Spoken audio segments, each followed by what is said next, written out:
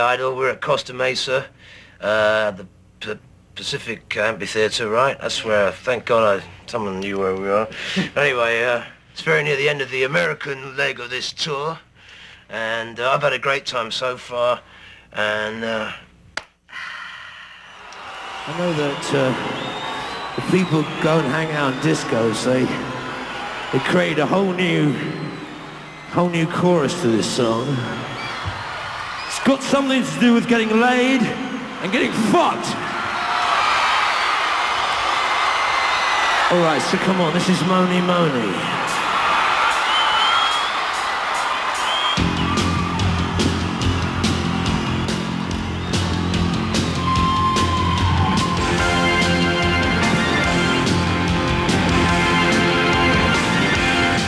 Well, here she come now, sing a moaning, boning.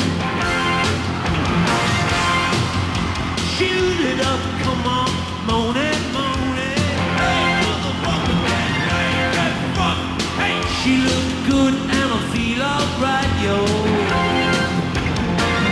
That rider said, don't come now, come on, moaning, come on, yeah, yeah.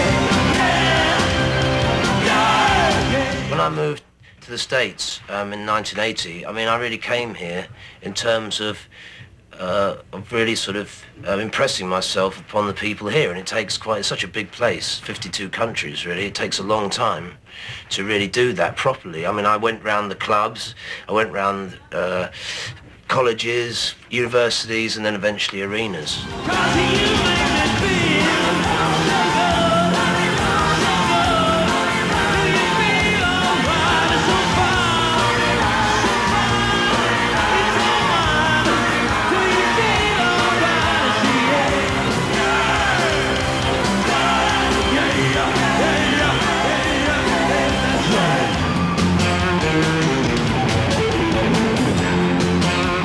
I think the fact is I've got a band that really is showing the music off as powerfully as ever, and I think the fact that the tour's been going down so well in the States is sort of proof of that.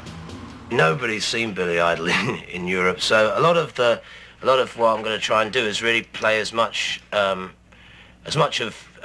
my old stuff combined with Charmed Life as possible. So I mean, if you really want to see Billy Idol, I mean, I've got to do White Wedding. I'm going to be doing Rebel Yell. Eyes Without a Face, as well as some of the stuff off Cradle of Charmed Life. And I think really that's really what I'm going there for, really, is to show people the sort of, I think, the wealth of songs I've got through Generation X up to the present day. I guess just like all of you, I've been slowly getting into rap music.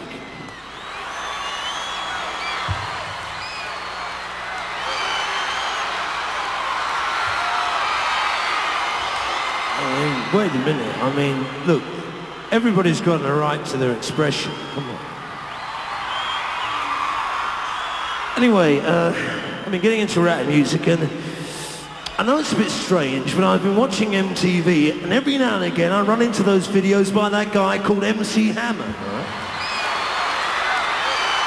It's like one that goes, you know, it goes, we must get laid, we must get laid, we must get laid, laid just to make it today. We must get laid, laid, laid, laid, laid just to make it today. We must get laid, laid, laid. We must get laid, fucking laid just to make it today. We must get laid, laid, laid.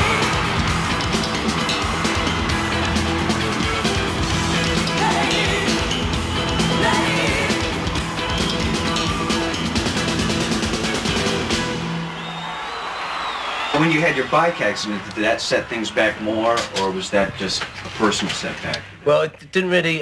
The only thing it affected was my health, really. It didn't. The album was going to come out anyway. We'd finished it that night, so it was just a bit of bad timing. But in another way, I mean, the worst thing about it for me was that it prevented me from actually fulfilling my original role in the film, the Oliver Stone's film of The Doors, and.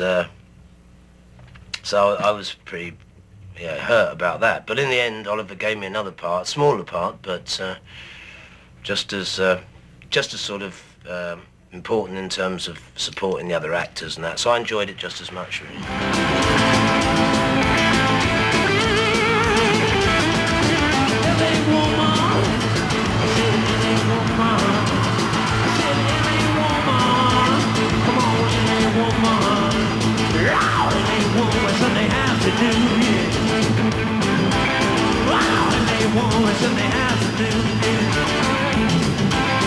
Yes, LA woman, Sunday afternoon, I see them ride through the suburbs into the blues.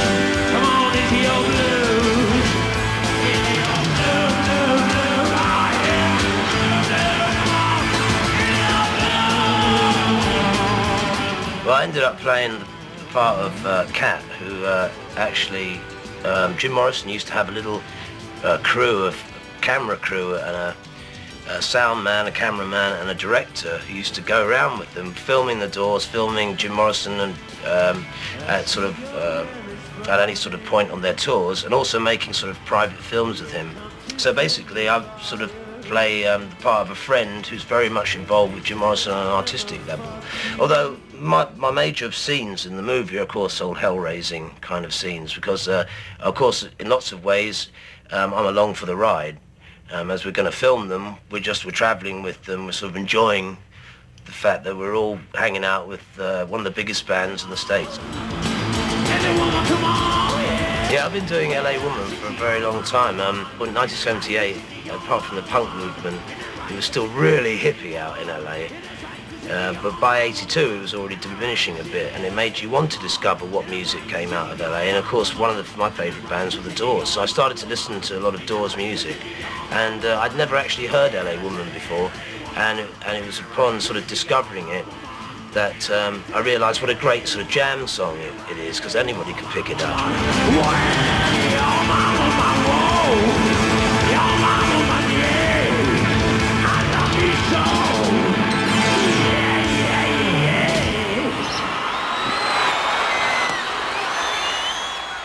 At the time I was putting the band with Steve Stevens and everybody together, so it seemed like a perfect song, and it was really the sort of inspiration for things like White Wedding and Rebel Yell and stuff like that same kind of pounding, driving sort of beat.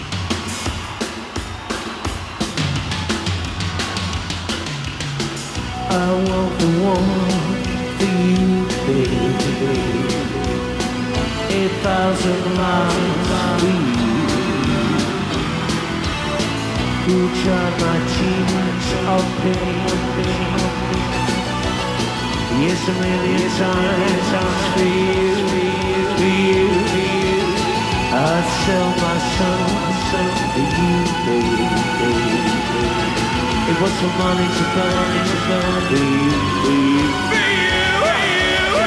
I'd give you all, I'd have nothing, yeah. Just a have you here for me. Because in the midnight hour, she cried no more. With a rebel yell, she cried no more. Wow, in the midnight hour, babe, more.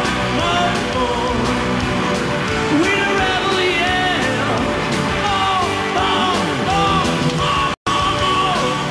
more. There isn't quite so much of a club scene around the world.